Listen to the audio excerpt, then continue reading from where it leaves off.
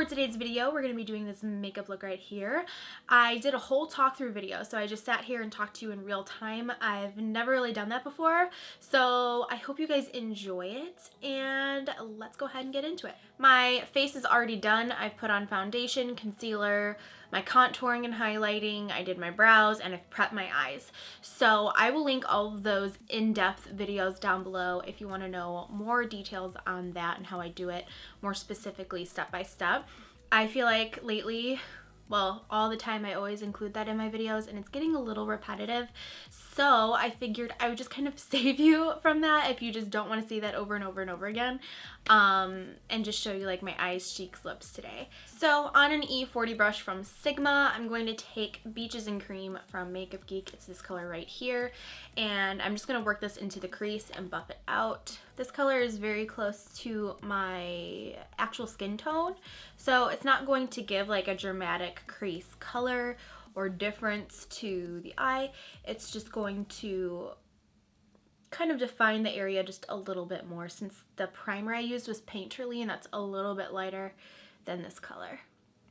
And I will post every product down below in the info box and where you can find it, including the brushes and the eyeshadows and all that jazz. I'm going to mix these two eyeshadows together. It's Peach Smoothie and Creme Brûlée. And I'm using that same E40 brush. One thing that helps me when I'm blending is I'm not afraid of going over top of my lid, just because I know I'm going to cover it up later anyways, and it just helps my blending for me to just be more seamless and blended. I started doing that not too long ago, but like for the last year, I think that's basically what I've done, and it just helps my blending instead of going back and forth and you have that sharp line. This just, I feel, keeps it really blended and seamless looking. Okay, and I like never clean my brushes in between use, so this has like leftover stuff on it. I don't know what's on here. I'm gonna take Barkin from Anastasia and put this more on the outer crease area. But again, like I'm not avoiding that lid area very much. I'm just being kind of sloppy. And this is an E35 brush from Sigma.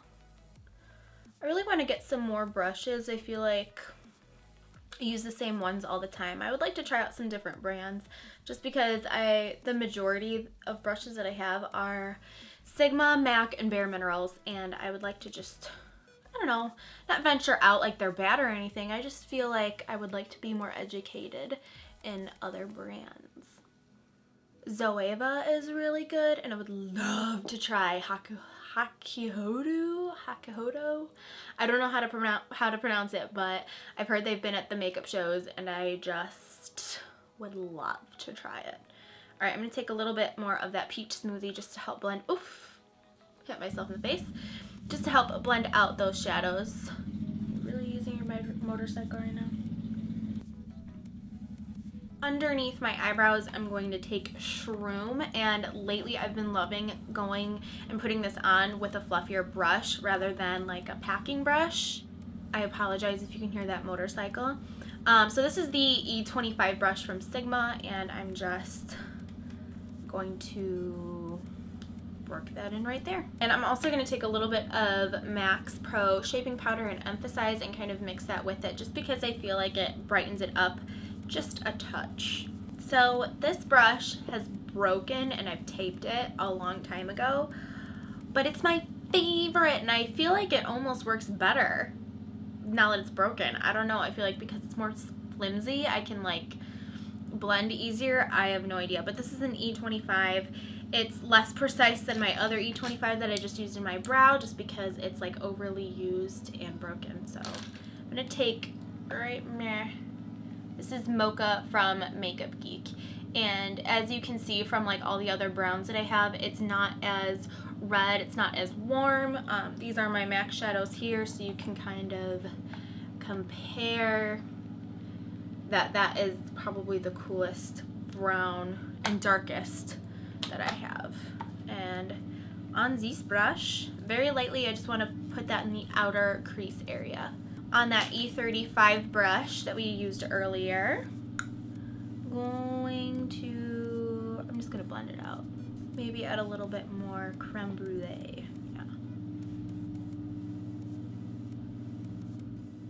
Is he really just like starting his motorcycle and then not going on it? So that was my dad on his motorcycle, so I waited for him to be done. I got refreshment. Okay, I'm gonna use the Inglot gel liner in 88 and my Sigma E10 brush. This is my favorite eyeliner brush. Oh, I hate when I do this. I forget to put on my lid color. On a small like flat brush like this is the MAC 239 brush. I'm just gonna take a, what do I wanna take? I'm gonna take the Emphasize Pro Shaping Powder on my lid. Just right there. And then blend that out with the E40 just very lightly. Now I'm going to try to go over what I just put eyeliner on since I'm a ditz. This looks a lot like the Lime Crime liquid liner. I've never tried it, but I've always wanted to, and with all of that whole scandal that's going on, I'm not about to go and buy it. So this is 88 from Inglot if you want to try it. Plus, in my opinion, that's just better just because I like gel liners and I'm super awful at applying liquid liners. Okay, 10 years later, I'm going to clean off my brush and I'm going to go in with the black so it looks like the blue is just peeking out over the top. That's the plan, at least. So this is a little bit hard with the Inglot formula just because as soon as it dries and going over top of it is a little complicated. So just keep that in mind.